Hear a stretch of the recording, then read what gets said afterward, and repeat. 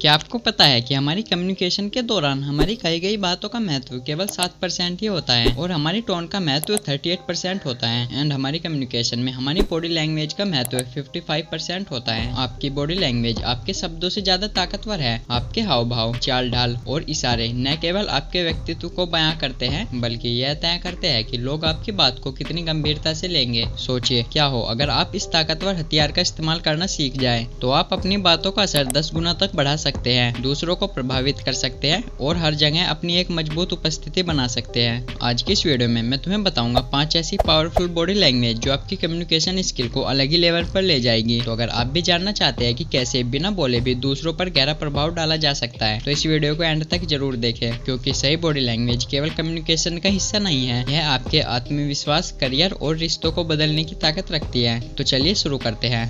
Number 1, maintain a confident posture. Confident posture का मतलब है ऐसा हाव भाव जो आपके आत्मविश्वास, शरीर और आंतरिक स्थिरता को दर्शाए। कॉन्फिडेंट पोस्चर को कैसे मेंटेन करें? अपनी पीठ को सीधे रखें, कंधे पीछे की ओर एंड रिलैक्स रखें। खड़े होते समय अपने वजन दोनों पैरों पर बराबर रखें। यह छोटी सी चीज न केवल आपकी पर्सनैलिटी को बदल देती है बल्कि आपके आसपास के लोगों पर भी गहरा असर डालती है। जब आप कॉन्फिडेंट पोस्चर में किसी से कम्युनिकेट करते हैं तो यह आपके आत्मविश्वास का संकेत देता है, आपके शब्दों को ताकतवर बनाता है, वहाँ पर आपका डोमिनेंस दिखाता है एंड वहाँ पर आपको अंदर से मजबूत महसूस कराता है। तो सवाल यह है कि कॉन्फिडेंट पोस्चर को कैसे अपनाएं। इसके लिए आपको सिंपली से कुछ रूल को फॉलो करना होगा। नंबर 1, मिरर के सामने प्रैक्टिस करें। हर दिन केवल 2 मिनट मिरर के सामने पावर पोस्चर में खड़े रहे। नंबर 2, बातें करते वक्त कंधों को रिलैक्स रखें। जब भी आप किसी से बातें करें तो तनाव में खड़े न होकर अपने कंधों को रिलैक्स रखें। नंबर 3, अपने बैठने का तरीका सुधारें। कुर्सी पर बैठते समय पीठ सीधी और पैरों को स्थिर रखें। नंबर 4, अपना सिर ऊंचा रखें। यह दिखाता है कि आप किसी भी चुनौती के लिए तैयार हैं।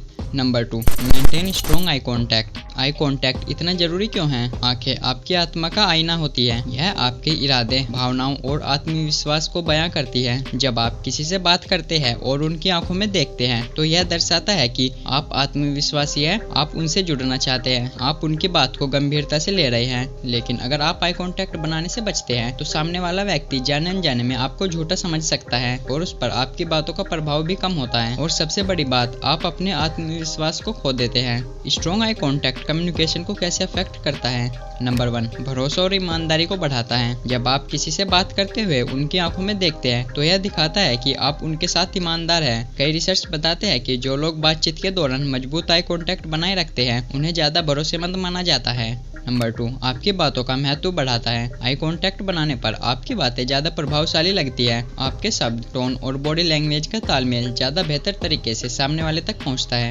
नंबर 3, एक स्ट्रॉन्ग कनेक्शन बनता है। आई कॉन्टैक्ट एक गहरा संबंध बनाता है। यह सामने वाले को महसूस कराता है कि आप पूरी तरह से उनकी बातों पर ध्यान दे रहे हैं और उनकी बातों को ध्यान से सुन रहे हैं और समझ रहे हैं। नंबर 4, आत्मविश्वास का प्रतीक। जो लोग आंखों में देखकर बात करते हैं उन्हें ज्यादा आत्मविश्वासी माना जाता है। यह न केवल आपके व्यक्तित्व को निखारता है बल्कि सामने वाले पर आपकी उपस्थिति का गहरा प्रभाव डालता है। स्ट्रॉन्ग आई कॉन्टैक्ट कैसे बनाएं? आई कॉन्टैक्ट को नॉर्मल रखें, घूरने से बचें। हर 5 से 7 सेकंड में हल्का सा ब्रेक ले और इसकी प्रैक्टिस करें। आप जितना इसकी प्रैक्टिस करेंगे आप उतना ही बेहतर बनेंगे। Number 3, work slowly and steadily. धीरे और स्थिर चलें। इसका मतलब है कि जब आप चले आप हर कदम सोच समझकर और आत्मविश्वास के साथ रखें। भागने या हड़बड़ी करने से बचें। अपनी चाल को आरामदायक और नेचुरल रखें। यह न केवल आपको शांत और आत्मविश्वासी दिखाता है बल्कि यह आपके आसपास के लोगों को भी प्रभावित करता है। धीरे और स्थिर चलने का कम्युनिकेशन पर क्या असर होता है? नंबर 1, यह आपके आत्मविश्वास को दिखाता है। जब आप धीरे और स्थिर चलते हैं तो यह संकेत देता है कि आप अपने ऊपर नियंत्रण रखते हैं, आपको किसी भी चीज की जल्दबाजी नहीं है और आप पूरी तरह से अपनी स्थिति पर कंट्रोल रखते हैं। Number 2,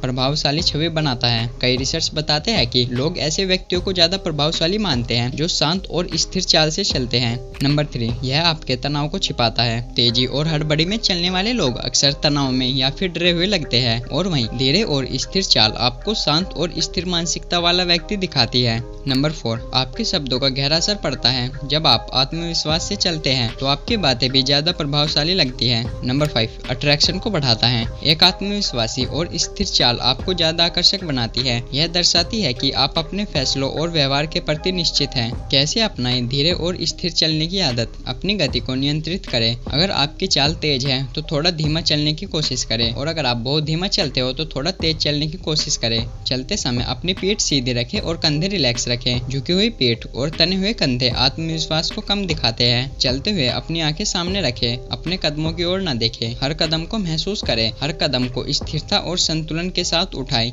number 4, use open hand gesture. Open hand gesture का मतलब है अपने हाथों को खुला रखना। बातचीत के दौरान इन्हें इस तरह से इस्तेमाल करना जिससे आपके शब्द ज्यादा प्रभावशाली लगे। जैसे कि जब आप अपने दोनों हाथों को थोड़ा बाहर की ओर खोलते हैं, अपनी हथेलियों को सामने की ओर रखते हैं। यह सरल इशारे सामने वाले को यह संकेत देते हैं कि आप ईमानदार हैं, आप आत्मविश्वासी हैं, आप अपनी बात को स्पष्ट और खुलकर रखना चाहते हैं। ओपन हैंड जेस्चर का कम्युनिकेशन पर असर। यह आपके भरोसे को बढ़ाता है। कई रिसर्च बताते हैं कि जो लोग कम्युनिकेशन के दौरान ओपन हैंड का इस्तेमाल करते हैं उन्हें ज्यादा ईमानदार और भरोसेमंद माना जाता है। जब आप अपने हाथों को बंद रखते हैं तो यह सामने वाले की नजर में आपके लिए संदेह पैदा करता है, लेकिन खुले हाथ आत्मविश्वास का संकेत देते हैं। नंबर 2, बातचीत को क्लियर बनाता है। जब आप कम्युनिकेशन में अपने हाथों का सही से इस्तेमाल करते हैं तो आपकी बातें ज्यादा समझने योग्य लगती है। यह न केवल आपके विचारों को सामने वाले तक बेहतर तरीके से पहुंचाता है, बल्कि आपके शब्दों को भी ज्यादा गंभीर बनाता है। नंबर 3, एक गहरा कनेक्शन बनाता है। ओपन हैंड जेस्चर लोगों को महसूस कराता है कि आप उनसे कुछ छिपा नहीं रहे हैं। नंबर 4, डोमिनेंस और आत्मविश्वास दिखाता है। जब आप खुली हथेलियों और नियंत्रित जेस्चर के साथ बात करते हैं तो यह दर्शाता है कि आप न केवल अपनी बात के पक्के हैं बल्कि अपनी स्थिति को भी समझते हैं। And number 5, avoid crossing your arms. जब आप अपनी आर्म्स को क्रॉस करते हैं तो यह आमतौर पर यह संकेत देता है कि आप बंद है या रक्षात्मक है,